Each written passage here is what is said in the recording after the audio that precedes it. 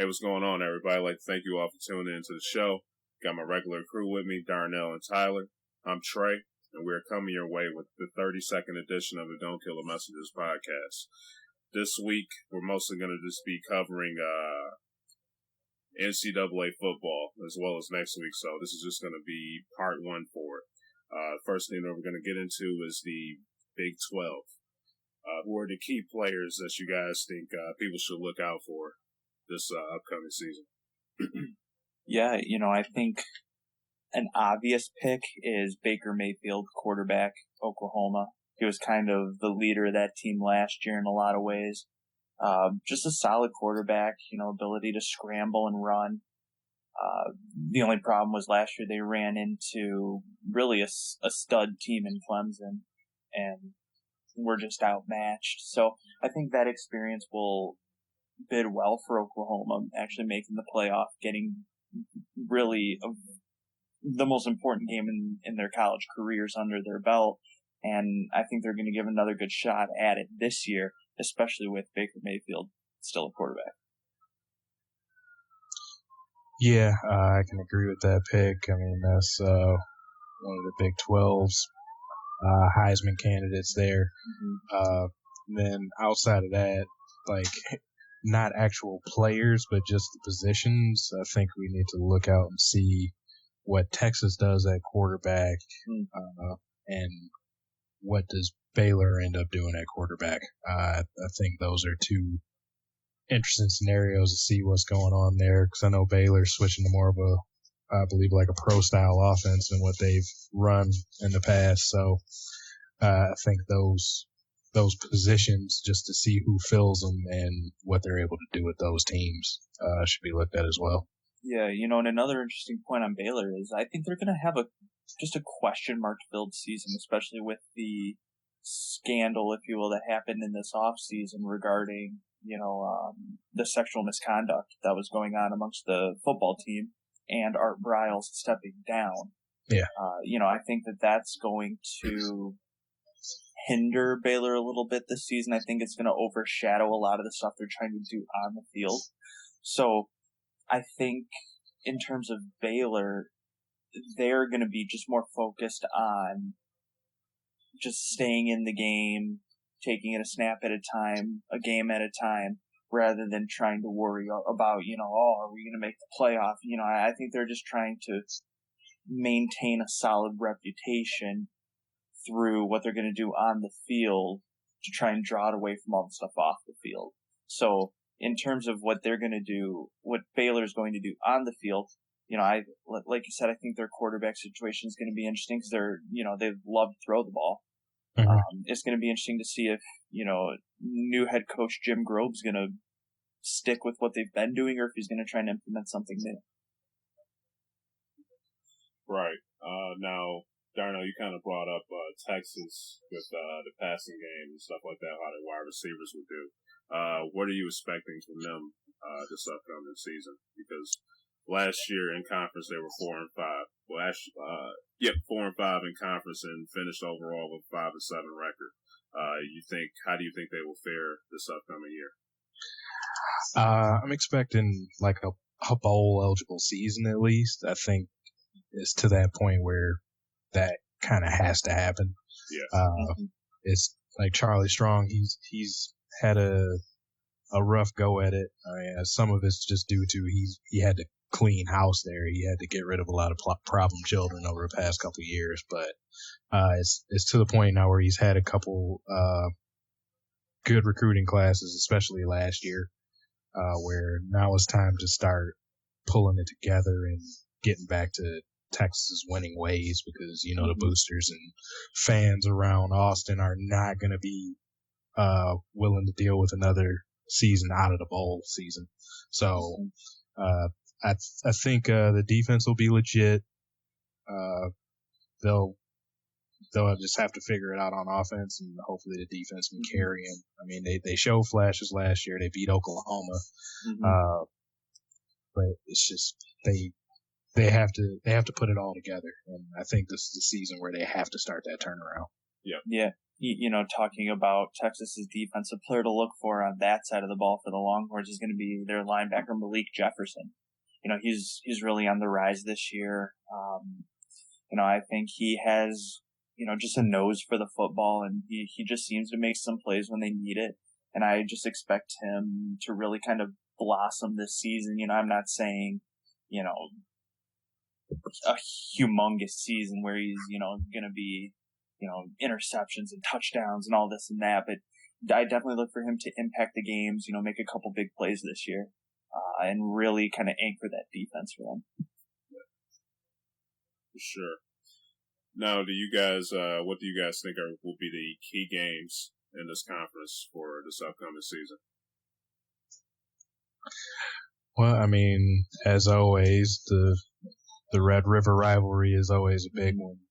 Even though, like I said, Texas is trying to make their way back into being an elite team, I think it's still just a big game to look at in conference. It's one that will kind of show you where Texas is, and it will show you if Oklahoma is ready to push back and get to the Final Four again.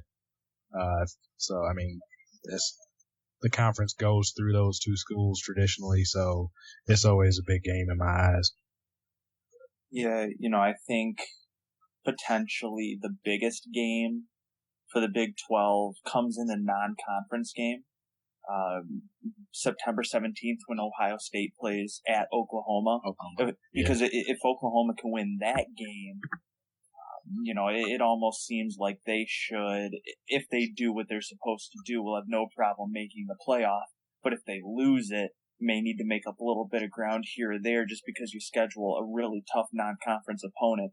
But it's a smart move for Oklahoma because a loss to Ohio State could also still keep them in the playoff as long as they do their job, kind of like I said. But in terms of in-conference games, I'm always intrigued by anybody playing TCU. Because TCU always seems to be really hyped, really good, but then just lose a game that they should win. So I'll be very interested to see what TCU does kind of all season long. But I think when TCU and Oklahoma play, that should be a really good game. A lot of people are picking them to finish 1-2 in the conference. Mm-hmm. So anytime you get 1 and 2, hopeful playing each other, with a lot on the line, it's bound to be a good game.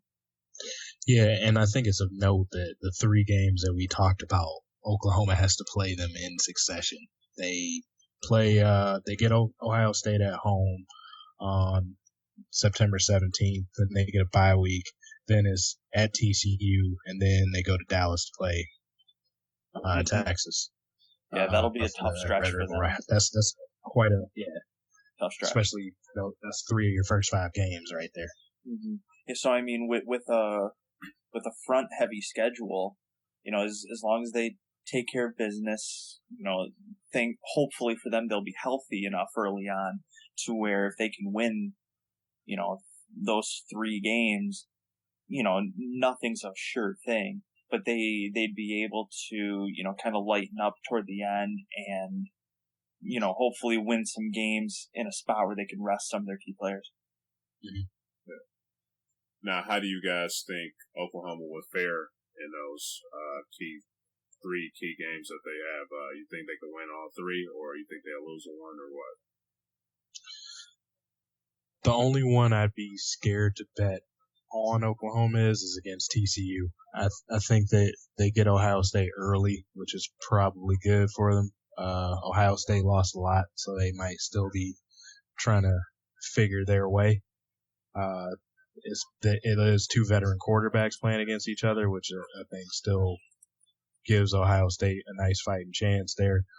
But I would say the most likely one that they lose is TCU.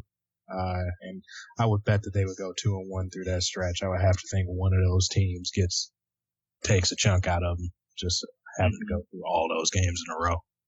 Yeah, and I would agree. If they were to lose one of them, I would probably pick TCU mainly due to the fact that one's on the road. They play the Longhorns at a neutral site. Mm-hmm.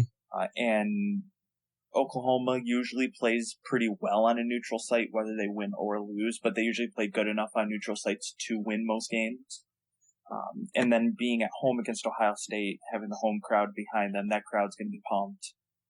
I just think having a home crowd advantage in a big game like that kind of already puts you in line to win the game. It already puts you in the game when you need to be in it. So just because they're at home, I give them the edge there. But I think the closest game will be the Ohio State game, but the one they'd be most likely to lose would be the TCU game. I can agree with that. Yeah, that's reasonable, for sure. Now, we kind of touched on it a little bit earlier with Baylor, with the whole entire scandal that they've been facing this offseason. How do you guys think they will fare this year? Do you think that the scandal is going to have a huge impact on how they play this season or what? I think so.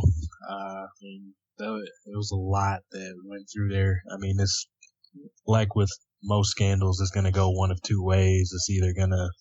They're either going to fall apart or the team's going to kind of galvanize and take that us against the world approach in their play.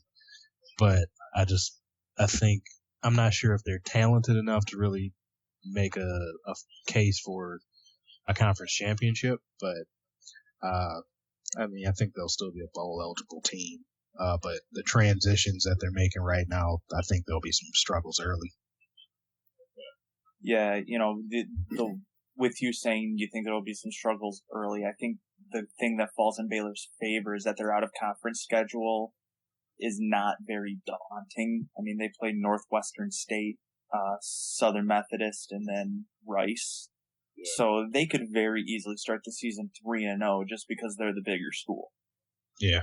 So I think if they get a couple wins under their belt, then they'd be able to build some confidence that they may not think is there early on.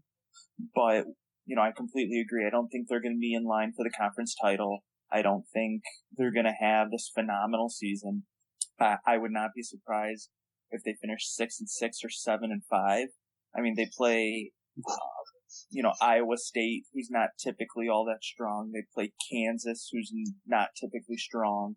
They have 2 bye weeks, but after their second bye week, they play Texas, TCU, Oklahoma, Kansas State, Texas Tech, and West Virginia. For 6 final games, that's not that appealing of a schedule. So I wouldn't be surprised if they lose all 6 of them, and I wouldn't be surprised if they win 4 of them. It's just how college football kind of is. But, if I had to guess, I would guess at best a 7-5 season. Okay. But still going to a bowl game, which would be a victory considering what's happened in the offseason. Now, Tyler said they'd be, I guess, a 7-5 season. How many wins do you think they would get, Darnell? I think based on their schedule, they can probably still get to 8 wins. But like I said, I just think there'll be some bumps in the road. Like I do think they'll get through that early part of the schedule because it's so weak. Yeah. But sometimes that's also a detriment because by the time you play a real team that has played a couple other better teams, you're not really in game shape yet. Yeah. Sure. That's a fair point. Now, who do you guys have winning the conference for the Big 12? Yeah, I'm going to go with Oklahoma to repeat and make the playoff. I think Oklahoma's schedule is good enough. It's a playoff schedule. I mean, they opened the year with Houston, which is not a slouch team. They played very well in their bowl game last year. They play Ohio State, and then the usual conference foes: TCU, Texas Tech, Baylor, West Virginia, Oklahoma State. I think as long as they can just take care of business, come off with no more than 1 loss, I think that would be good enough to get into the playoff and have a Big 12 title. Yeah, I'm going to go with Oklahoma as well. I mean, they have a Heisman candidate under center, and just they're the best built team in the conference. They should be able to get through that and get themselves a back-to-back Big 12 title. But TCU can be a dark horse there, though. Mm-hmm. Yeah, definitely agree. Yeah, look out for TCU, but I think Oklahoma can pull it off. Just based on their talent, especially with the Heisman and QB. So I think they'll be fun to watch this year, for sure. Now, they called the Big 12, but they only got 10 teams in there. There's been rumors about possibly expanding the conference. Are there any teams in mind that you guys would like to see go to join the Big 12 or what? Yeah, one I actually just mentioned is Houston. For a couple of reasons. One, they have a program that's on the rise. I mean, they absolutely killed it in their bowl game last year, and over the last 4 or 5 years, they've actually had pretty decent teams that would be able to compete with the Big 12 schools, and also geographically, it makes a lot of sense.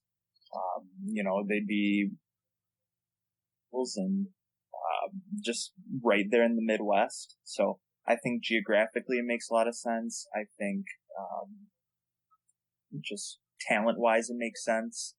And I think Houston would be able to compete in that conference. I don't know if they'd be able to come in and start winning the conference, but I think they definitely come in, make bowl games, just be a solid team for them to start working to divide up the conference for a championship game.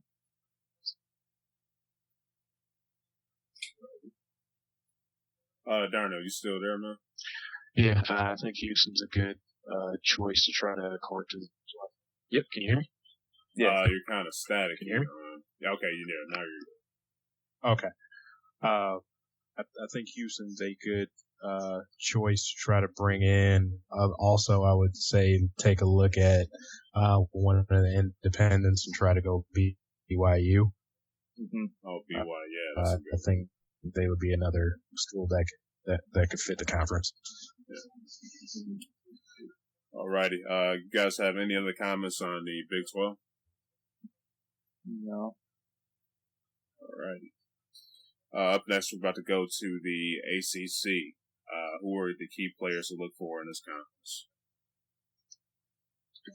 Well, I mean, like with the last one, I think kind of the obvious choices, Deshaun Watson, basically probably the front runner, along with a certain running back out of Stanford to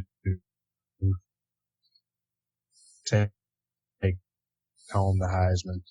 I don't think you can talk about the conference without talking about Deshaun Watson, especially with the performance he left us with at the end of last season.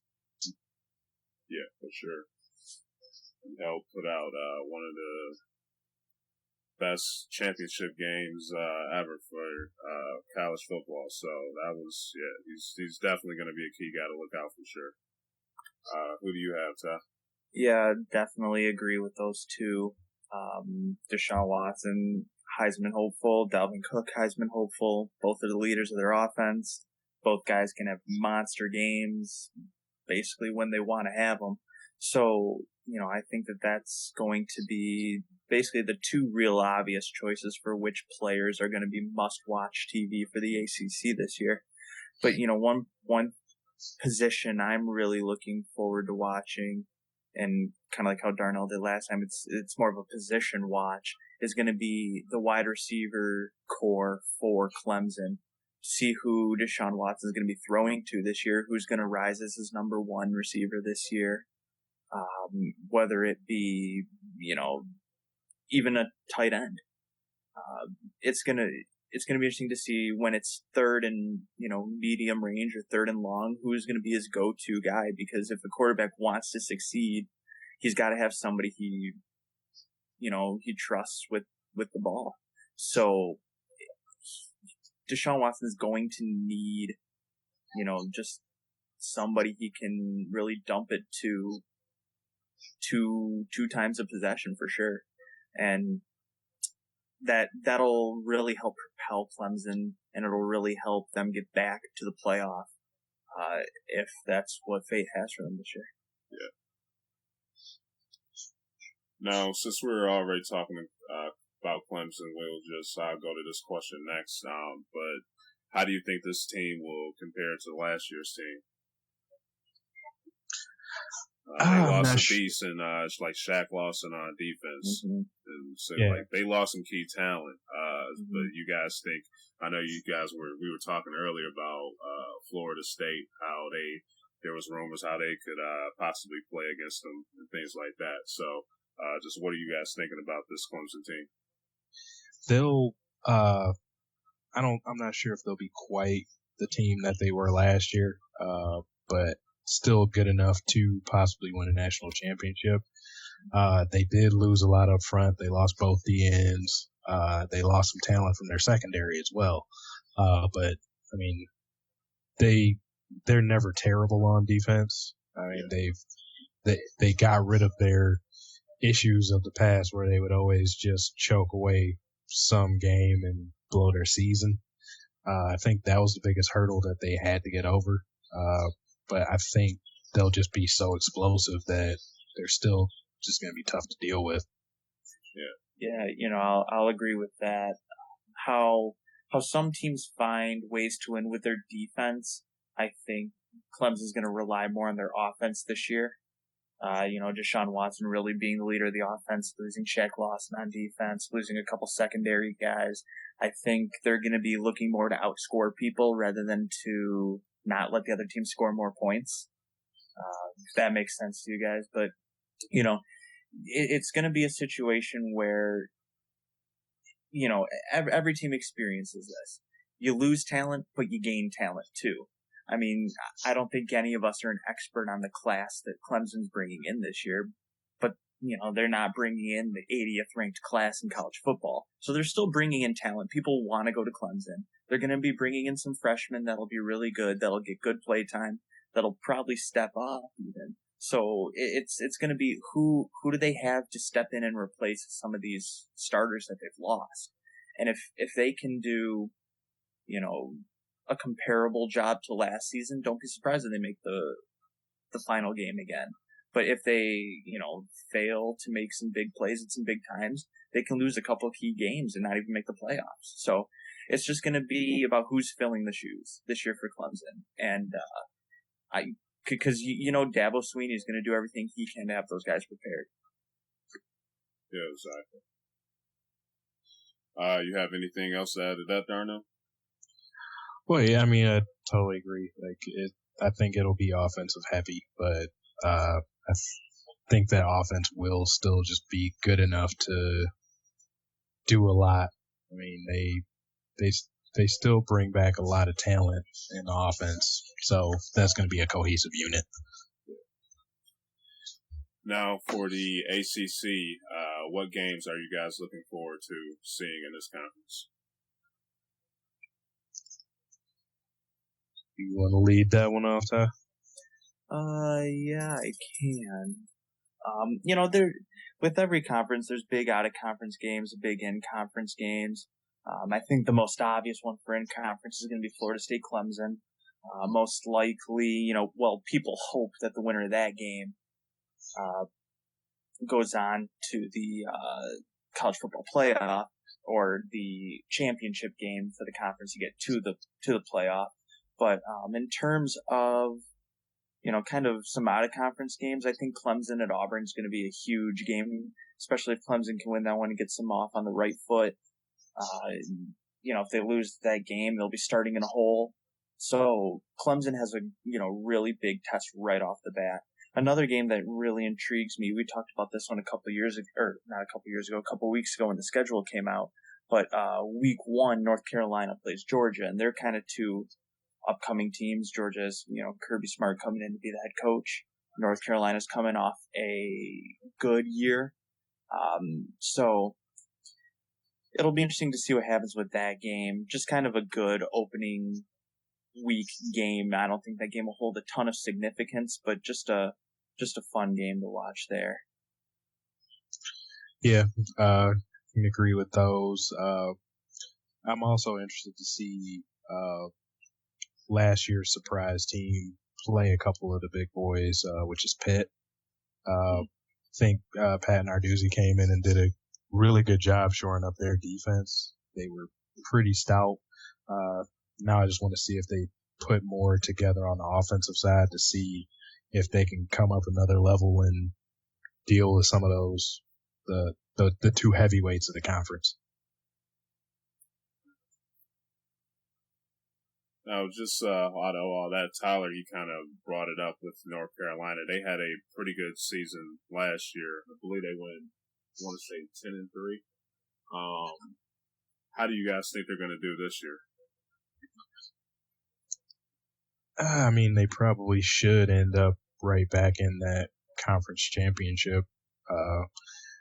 Like I said, I think it's out of them and Pitt for that side of the division. Yeah, I think the anomaly about North Carolina is how do they seem to win some games so big and keep other ones really close? Because there were times last season where Marquise Williams was just lighting people up. Then there were a couple of games where he was almost invisible, and they squeaked out a couple wins that they probably should have won a bit bigger. Yeah. But, I think for North Carolina, it's going to be a lot about the coaching staff for them this year.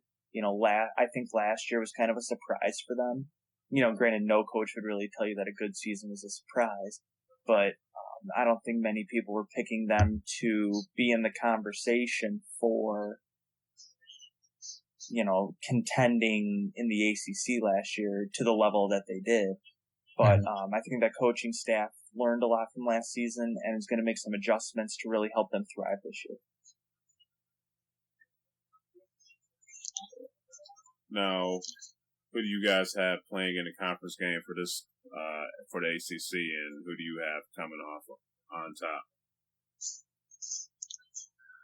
I'm gonna go Clemson over Pitt. Okay, you have Pitt. Okay. What about you, Ty? Yeah, this one's super hard for me, only because I view Clemson and Florida State on such an equal level. I like Clemson a lot. I liked them a lot last year. I like Florida State a lot. And it's going to come down to which team solidifies its defense first. I'm actually going to go with, this is hard for me, but I will go Florida State and North Carolina. Florida State and North Carolina. All right.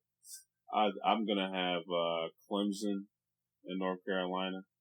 And just for the record, I don't want to pick against Clemson, but something's telling me to. So, I mean, picking against Golden State seems stupid too. Yeah, it's just, I hear you, man. But yeah, like I said, Florida State, they can definitely do damage this year. Yeah, they had a pretty good season last year. So yeah, it's one of those situations where it's just unfortunate that them and Clemson fall on the same side. Because that would be a great championship game. Yeah. For sure, Trey would be picking the U. Yeah. They ain't there yet, man. They still, the U still got some more. Yeah. Well, maybe they got a coach now, so. Yeah. True. So, just I have to see how they do, man. But yeah, I like the U, but I think they still got a few more years to go. But they're decent, so we're looking for them down the road. Now, guys, anything left for the ACC? No. Be some fun football to watch. All right. Up next, we have the Pac-12.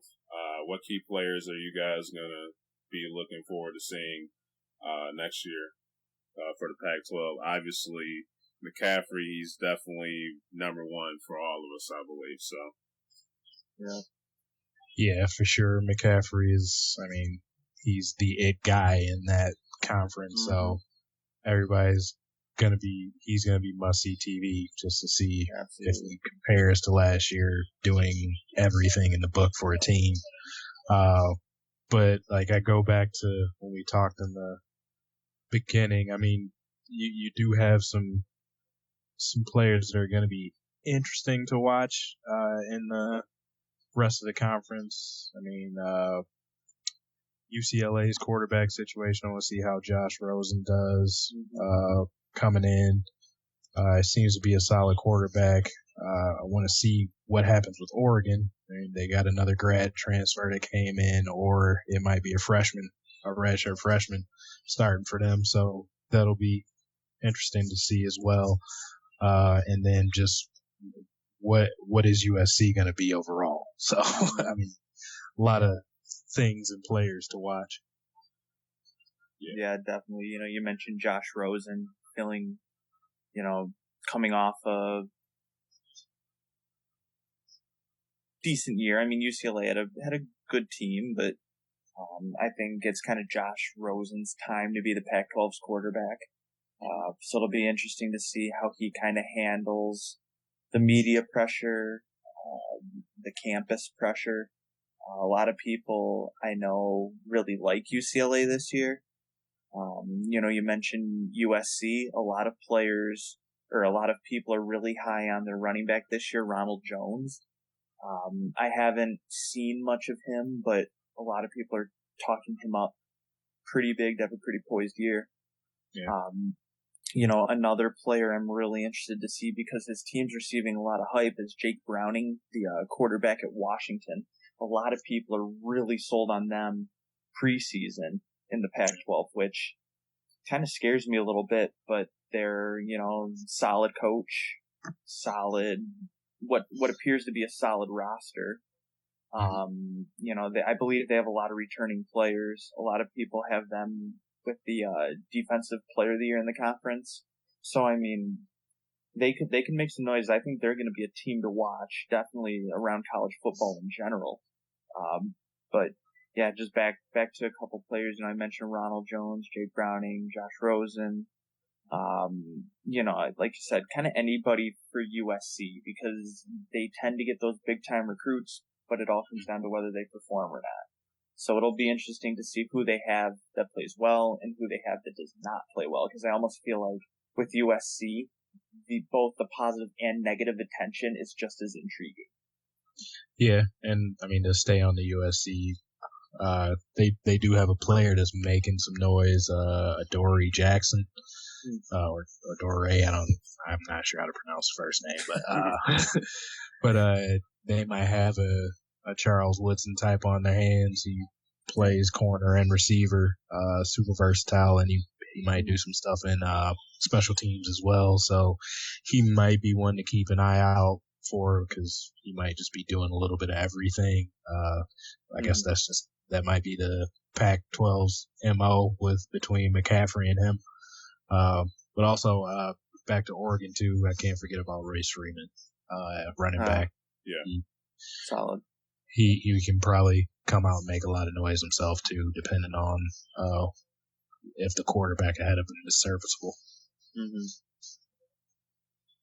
Now for McCaffrey, you guys think he can match the performance that he had last year? You think he can do better, or what? It would be really hard to do better. Yeah. I mean, he had a heck of a year, but I mean, can he duplicate that? Yeah, absolutely. I mean, it really helps when you are option 1, 2, and 3 for the offense, and no one can seem to stop you. Yeah. When you're throwing, catching, and running for touchdowns, just the kid's a phenomenal talent. I would love to see him get back in the Heisman race. I personally thought he should have won it last year. I'm with you, Trey. I thought he should have won it last year, but that's a popularity contest, and there's a lot of other factors that come into play that, his team just didn't have. But, I think he can easily, run for as many touchdowns, catch for as many. He could throw a couple more, I'm sure. So maybe he could do better than last year. I'm not sure if he can match the season from last year. I do think he'll probably still have another awesome season, but the big reason I'm not sure is because there's no Kevin Hogan there. Yeah, that's true. So I don't know what their quarterback situation is going to be.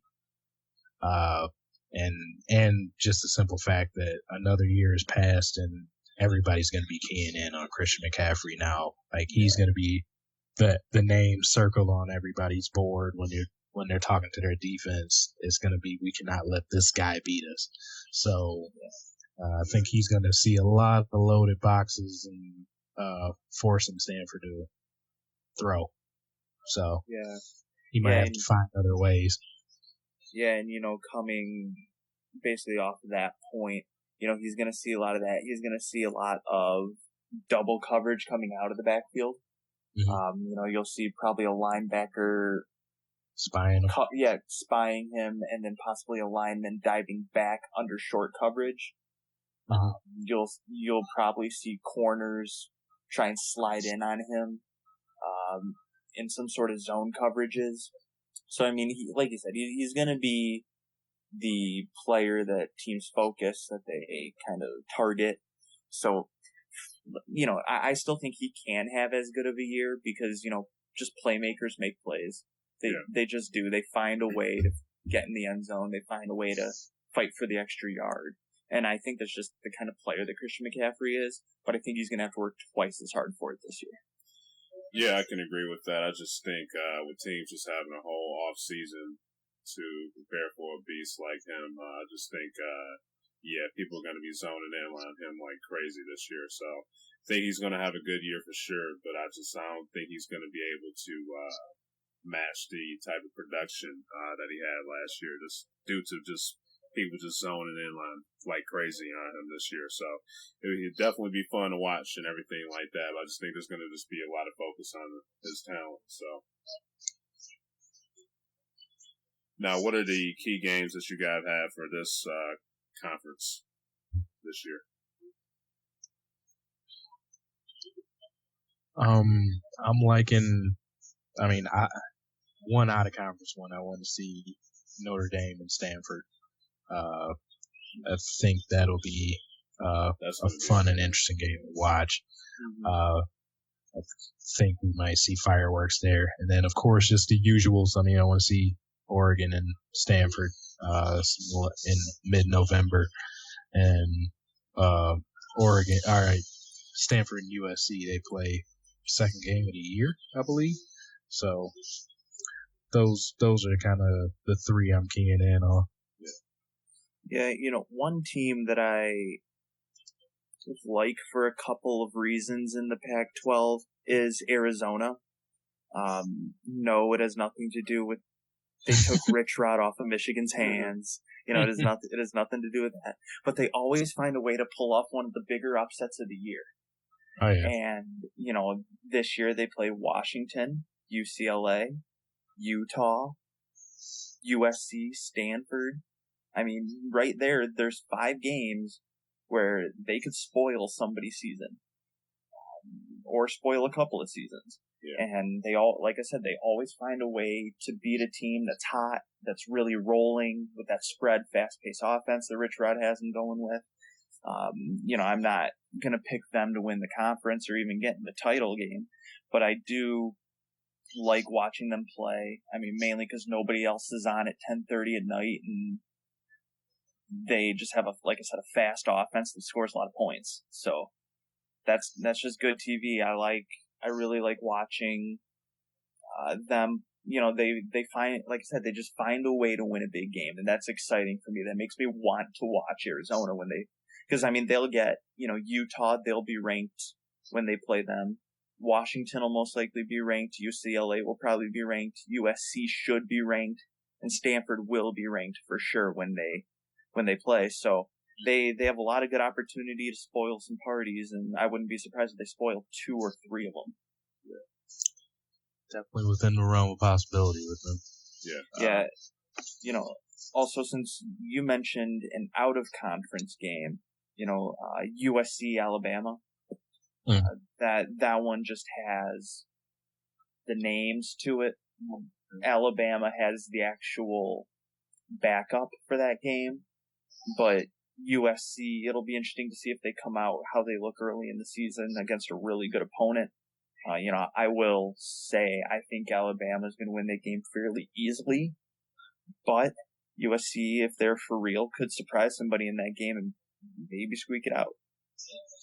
Yeah, I mean, it's just name value alone. It's a battle of 2 blue blood schools, so it's definitely one that everybody's going to step in to watch. 2 of the bigger alumni bases in the world, so I think that's going to be must-see TV.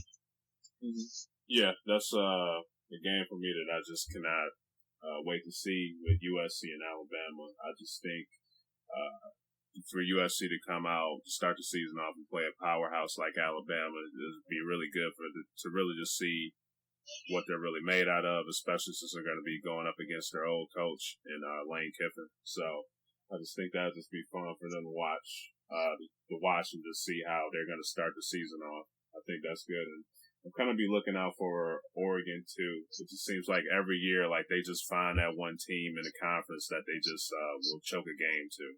So it's going to be interesting to watch them as well. So Oregon, they have great talent, but they just seem like they just choke a winnable game every year to me. So it's be interesting to see. Now, who do you guys have playing in the conference games? And who do you have winning?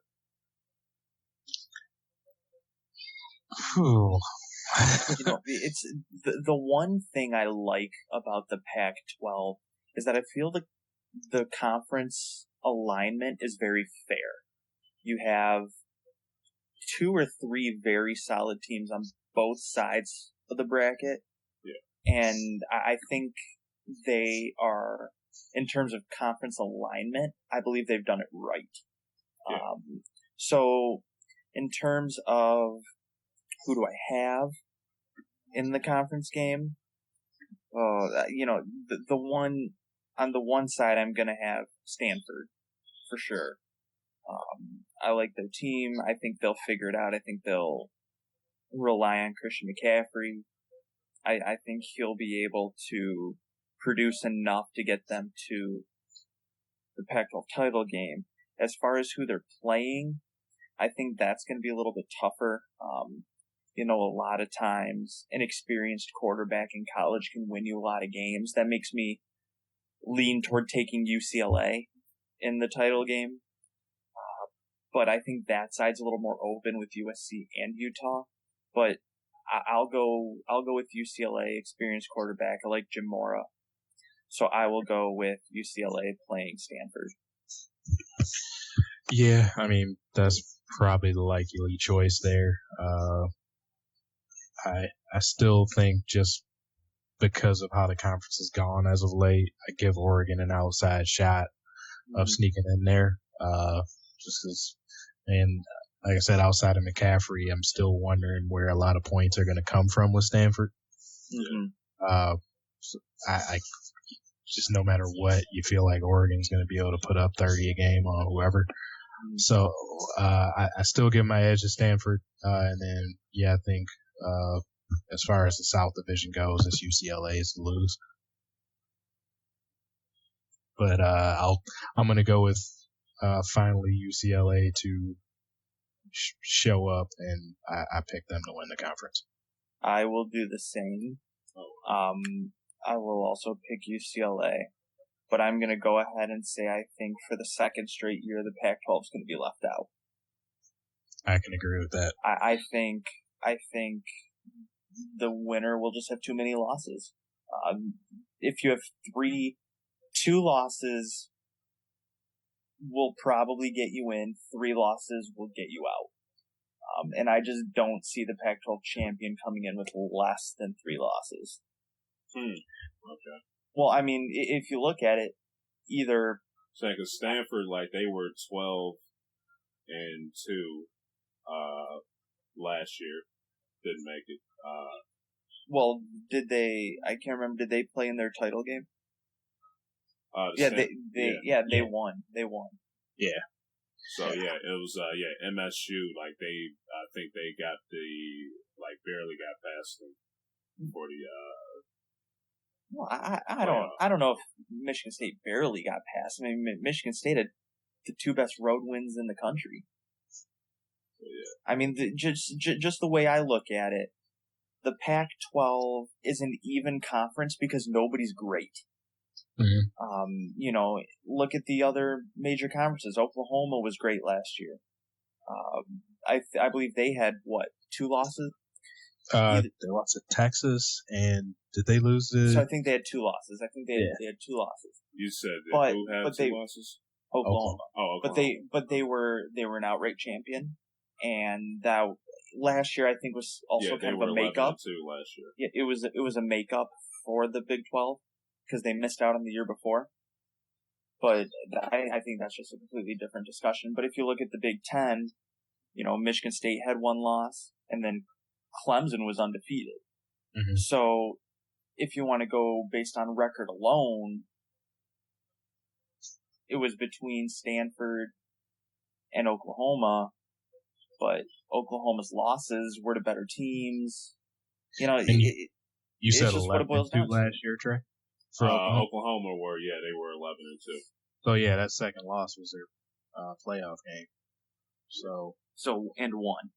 Yeah. 11-1 in the regular season. Oh yeah. 12 game total, and then yeah. So I mean, if you look at it, their two losses were the most of any of the teams to keep them out.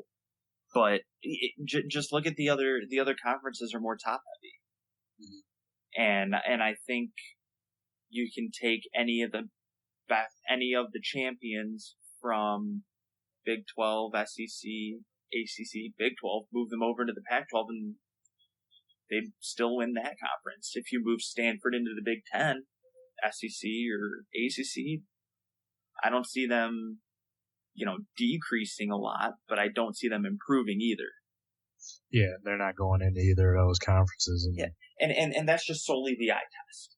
That's all that is. But I do think if, based on how UCLA's schedule lays out, if they were to handle their business like they should, I do give them an outside shot of making it. Their schedule is not crazy, but their big games are spread out. Like they start out with a decent non-conference game against A&M. They play BYU game 3, follow that up with Stanford, so big game. Arizona might be a trap game, kind of how Ty said. They seem to just step up. And then basically the only two other teams to look out for are Utah and USC. And I think if they can clean that up, maybe have one loss to one of the bigger teams they play and come back and win the Pac-12 title, I think they have a shot at getting into that Final Four. Mm-hmm.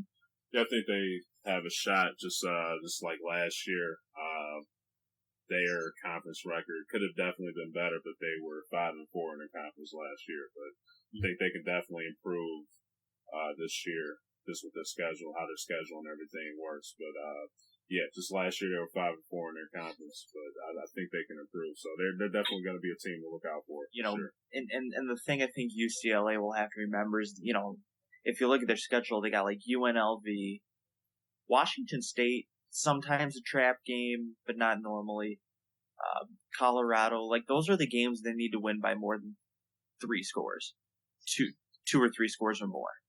Like if they want to get in the playoff, they have to win some of these games pretty big. I mean, if you look at all the other conferences, when teams have the ability to win by 40 points, they're winning by 40 points. You can't go in your conference, slide past these easier teams, by 3 or 7 and have a loss or 2 and expect to get looked at pretty seriously. Yeah, I can agree with that. Now, do you guys have anything else to add? I just think the Big 12 or the Pac-12 is going to be left out again. Okay. That's just. And personal. do you agree with Ty, Darnell? I mean, if I just off of preseason rankings, if I just had to make a guess, yes, the Pac-12 is probably the one to be left out, just because they seem to be the weakest of the Power 5. Yeah, I can respect that. Yeah, and once again, I think that is solely based off of history in recent years. I mean, if USC was the typical power that they normally are, if Oregon, can find a way to get back to their Mariota days and be that dominant team again, they just need a couple teams to really step up and kind of take a hold of the nation and force the committee to look at them. That will really help a 2-loss Pac-12 team get in, as opposed to where, you have Michigan Michigan State and Ohio State beating up on each other, and the committee going, wow, those are three really good teams and have been three good teams. They'll get a nod over a UCLA team beating Arizona State, and Oregon State. Mm-hmm. It's just the idea that, the Pac-12 just doesn't seem to, one, in my opinion, have the depth toward the bottom of their conference. Like in the SEC, I would take the bottom half of the SEC over the bottom half of any conference in the nation. And I would take the middle of the SEC over the middle of any other conference. It's just how it is. That's why an SEC team will always get in, is because their depth is there. And then when you get toward the top-heavy conferences, you have, like, the Big Ten. When you have the three best teams in the conference playing each other in the same division, as long as they win the championship game, they should be in, because they're beating two, or they're most likely being one of the two of the better teams in the country. Where you look at the Pac-12, you have Stanford, and then you have Utah, who isn't taken very seriously, and USC, who isn't taken very seriously. It's just kind of Stanford's expected to run the table, or else it's not happening. And that's why I see them being left out again, because one, I don't see them running the table, and two, if they have two or more losses, it's just not going to be a go. Yeah. Which then talks about, you have 5 power conferences, how can you keep one out? And that's just a whole different discussion, a messy discussion. And I don't know whatever's going to happen with the playoff system. So, well, yeah, until they see. change it, that's always going to be the argument. There's always going to be one school from one of the Power 5 that's just out in the cold looking in. Just right now, this just the Pac-12 is the whipping boy there. I mean, like Trey said, Oregon seems to always give away a game. USC is still trying to recover from sanctions. They just haven't seemed to be able to turn it around yet. Everybody thought last year was going to be the year, but I think they need a coach before they can get back. And Stanford, they're always solid and consistent, but it's just they probably because of some of the academics there, they just haven't gotten that team where it's just they're so ridiculous you can't deny them. Mm-hmm. Now, you guys brought up the whole Power 5. Just if you guys just list the conferences in order from best to worst in your opinion. I think we can go ahead and agree the SEC is number one. Yeah. Can we all agree? Yeah. Then I think it's up for discussion. But personally, I would go Big Ten second for their depth. I think if you look at teams more 4 through 7, I would take the Big Ten's 4 through 7 over the ACC's 4 through 7. I would take 4 through 7 in the Big Ten over the Big 12. So I would personally go SEC number 1, Big Ten number 2. I would probably go Big 12 3, ACC 4, Pac-12 5. But I think Clemson and Florida State are 2 of the top 6 or 7 teams in the country. So if that conference just had a little more depth, I would put them over the Big 12. I just think the Big 12 has a little more consistency in those middle teams. Yeah, pretty much in line with Ty on that one. SEC is basically they're NFL minor leagues basically. At any time, you usually have 6 or 7 ranked teams out of there. Big Ten next. I think they're hurt a little bit by all of their power being on one side of their conference. Yeah. So you think they should have done a better job at separating teams for the conference? Well, I think they split it the only way they could, but it's just all the power is in one area. It's in 2 states. It's Michigan and Ohio State. You can't split Michigan and Michigan State up. They're in the same state. And, I mean, I guess you could go north and south and put Ohio State in the south, but you still have to make sure that they play Michigan every year. Yeah. And cross deal. I think it's just it works out that way. I mean, it sucks for all of us as fans of some of those teams that, one of us is getting screwed. Like, we don't get to hash it out in a championship game because Iowa or Wisconsin, depending on who got a better recruiting class that year, basically has a cakewalk to the championship on that side. But after that, I go Big 12 as well. I think they're just a little more complete from top to bottom than ACC. Though I do think the ACC's top two teams are better than almost anybody else's outside of maybe the SEC. But I just feel like after Clemson and Florida State, they're pretty mediocre. And then out of Pac-12, I think their best team is a middle team for any other conference, kind of. Yeah, I would agree there. Stanford would fall in that 4 to 7 range in the Big Ten. They'd fall in the maybe 5 to 7 range in the SEC, and they'd fall in the 3 to 5. They would be number 3 in the ACC. Yeah, I'd give them that. But kind of back to your point on the realignment or the alignment topic in the Big Ten. Do you I found it very interesting when they first aligned it, they did the leaders and the legends divisions. Mm-hmm. And they actually had Michigan State in the one and Ohio State in the other, where you could have had that scenario where Michigan still played them in the end, but potentially could have gotten a rematch with them in the championship game if it worked out that way, which would have been very interesting and messy if you really want to break that down. But the way I looked at that, I actually liked that division divide because you could get Michigan or Michigan State playing Ohio State in the championship game. You could get, a surprise Iowa playing in Ohio State or a Wisconsin, if it just so happened to be that way. But I think that was the best split that they possibly could have done. Then they went geographic and kind of screwed it way up. Yeah. Just by loading the one side and that kind of being the end of it.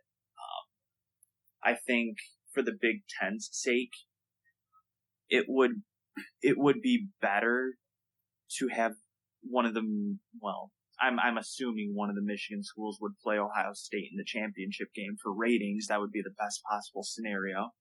But I also look at that situation and say, did the Big Ten fall on the geographical layout in hopes of getting one of them being the conference's 3 best teams in the playoff to represent us each year?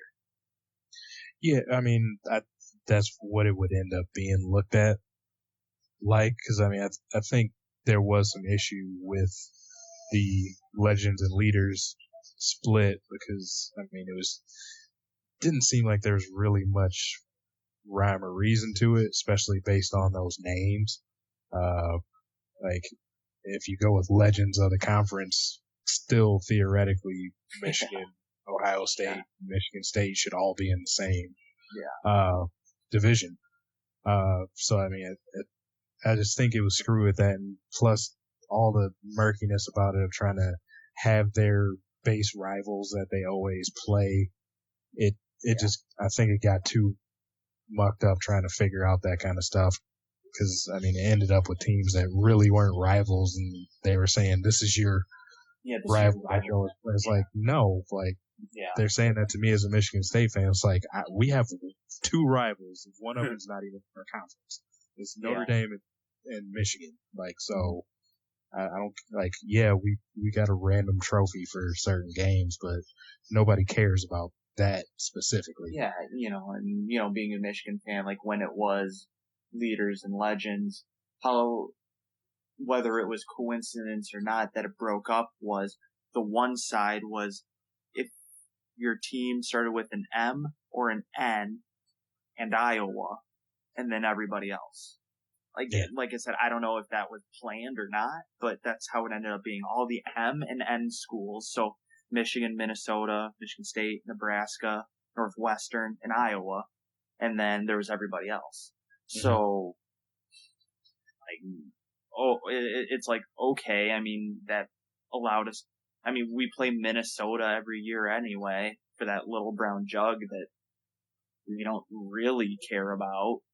I mean, really, in the Big Ten, what it boils down to is Michigan, Michigan State, and Ohio State. How are those three teams going to do against each other? Because whoever fares the best is playing for the championship. That's all it is in the Big Ten. And I think even nationally, that's all people care about. Yeah, and I mean, it was just basically it was going to be one way or the other. With the previous setup, Michigan and Michigan State fans were going to get the shaft because we had to play each other, and basically kind of felt like Ohio State was going to get into that title game almost every year. And now you guys got Wisconsin that one year when they had that is true.